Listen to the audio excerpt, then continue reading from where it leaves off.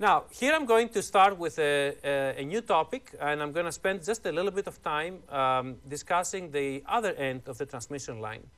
So far, we've spent quite a bit of time trying to understand what happens when I connect a load, but we haven't said too many things what happens when I connect my source. And my source is important, is represented here by this Thevenin equivalent circuit. It's really important because this is the one that is going to launch the incident wave, the V0 plus times e to the negative beta z wave in this transmission line. Now, I have all the mathematical details in my notes, so I'm not going to go through and discuss them here in detail. I'm only going to highlight some results.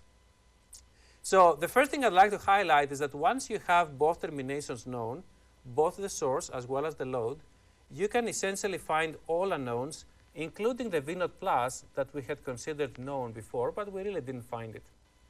How can you find the V0 plus? Well, all you have to do is apply the boundary condition at this end of this transmission line. So essentially that V0 plus will have to be equated to the power division, or rather to the voltage division that is caused by this circuit that you see right here. Again, I won't go through the detail. You can find the equations in my notes. But the end result is quite interesting. So the end result is shown here, where I'm basically calculating the power that the load will absorb. And now you can see that this is a function of Vg, the known voltage source, the transmission line characteristic impedance Z0, the impedance of the source, Zg, and then two reflection coefficients, the gamma L, which we have seen before. Again, gamma L is the reflection coefficient of the load, ZL minus Z0 over ZL plus Z0, as well as a new reflection coefficient, which I'm calling here gamma G. And that's the reflection coefficient that depends on the difference between the impedance of the line Zg and the impedance of the load, and the impedance of the, the impedance of the source G and the impedance of the line Z0. So that equation, again, is very similar to what we had seen before. You might recognize this term here. Essentially, that equation has been calculated by taking the incident transmission line, the incident wave, and subtracting the reflected wave, and then replacing that V0 plus with the excitation knowledge. And so that V0 plus has basically been replaced here.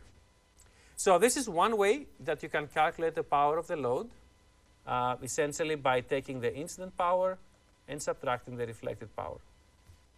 There is also a second way you can calculate the power of the load by just literally looking at the voltage of the load and looking at the current of the load, and then applying the well-known equation VL IL complex conjugate and taking the real part.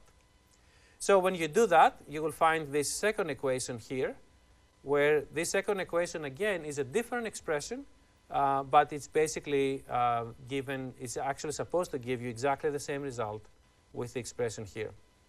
Which one you use honestly depends which facts you know, but you can basically use any one of the two.